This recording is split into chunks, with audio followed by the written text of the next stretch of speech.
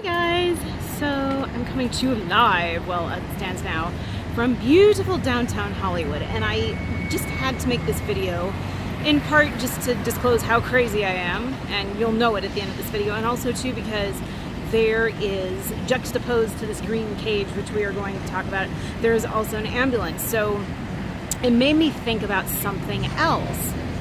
But, well, something else regarding 9/11. But the first thing that I wanted to talk to you about is this green cage.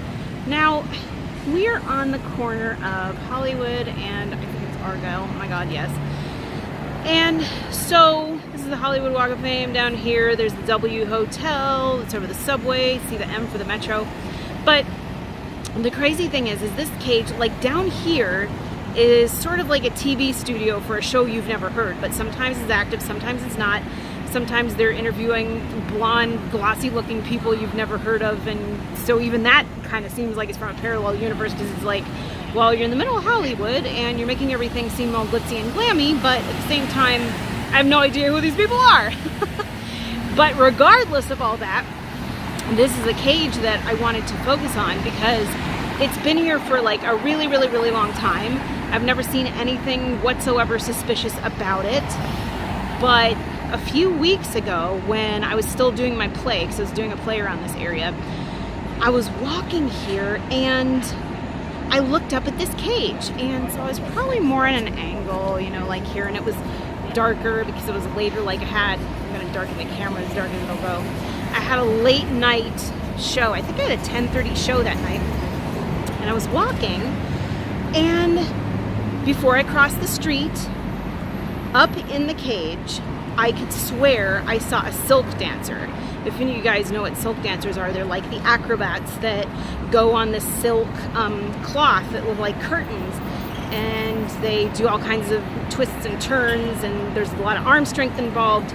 But I swear to God, I saw a silk dancer, and right where the lights are, right at the very bottom, right above the traffic light with the red on top, woohoo, it looked like there were a bunch of people's heads watching her. And I know it wasn't not there because she was moving. At least it wasn't not there in my mind's eye. But I come to cross the street, and I can do it now because they got the white man on blinkety blink, or on not blinkety blink yet. So I'm crossing the street, and we're walking.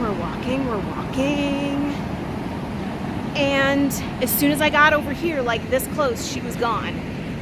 And the people's heads turned back into lights. But it looked like actual people's heads looking up at her.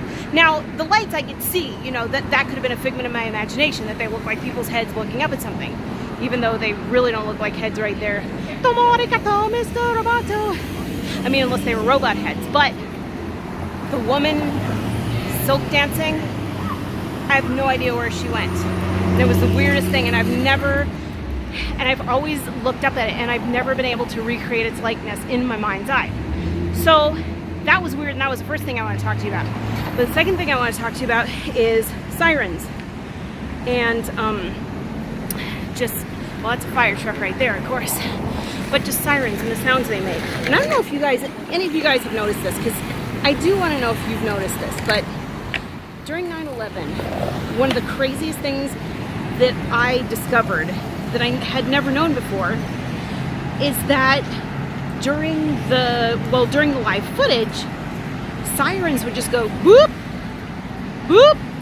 They wouldn't go on all the way, and I figured it was just a thing that they did on 9/11, where they didn't want anything to get too loud, or they didn't want it to be too distracting. They just wanted to do one blip of the siren so that they would just, you know, have people get out of their way or whatever the heck they needed to do.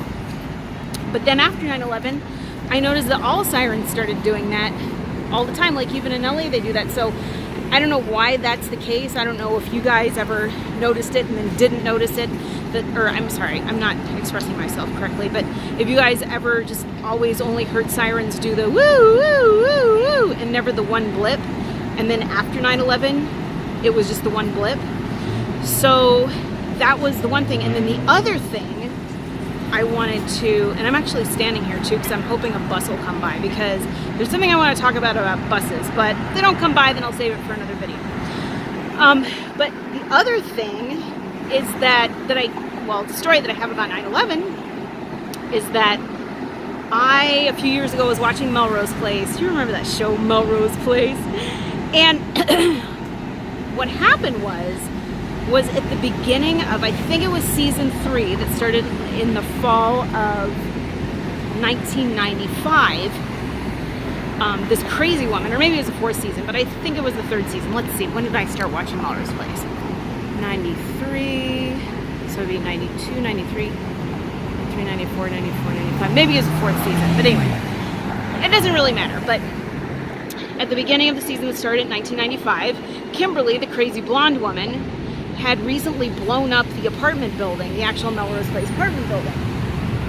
And so she blew it up, and that was at the end of season 3. And then at the beginning of season 4, the entire apartment building was blown up, but it was just blown up on one side. So that Amanda, the grand villainess, and I think it was Amanda who had to live with, actually I can't remember who Amanda had to live with, but in any case, Amanda's side of the building, who was kind of the villainess in Melrose Place, her side remained unscathed. And the other side had to be rebuilt and repaired. And all of a sudden, I just had this remembrance and these images in my mind of 9/11 and the Pentagon and the situation there, how only one side of the building was blown up. And the Dick Cheney's, not the Dick Cheney side, the Donald Rumsfeld side was fine, it was unscathed, and he's the villain. But the other side, where they had all the offices and the papers, had supposedly all this damage to it. So I thought it was really strange, and I couldn't get it out of my head that it reminded me of 9/11. So I looked on the back of the box to see if I could get any information, and lo and behold, this was the first video box that included the air dates of each of the shows. And guess what the air date of the first episode of Melrose Place, where they were rebuilding the Pentagon, or Melrose Place, was? It was aired, I'm gonna say it now, just wait for it now, it was aired on September 11th, 1995. So there you have it, folks. Ain't no buses coming, that's okay. I should probably go home and study what I need to study, but I just wanted to talk to you all about these weirdo phenomena, plural please, I keep having in my life, and get your take on it, and that's about it. Peace out.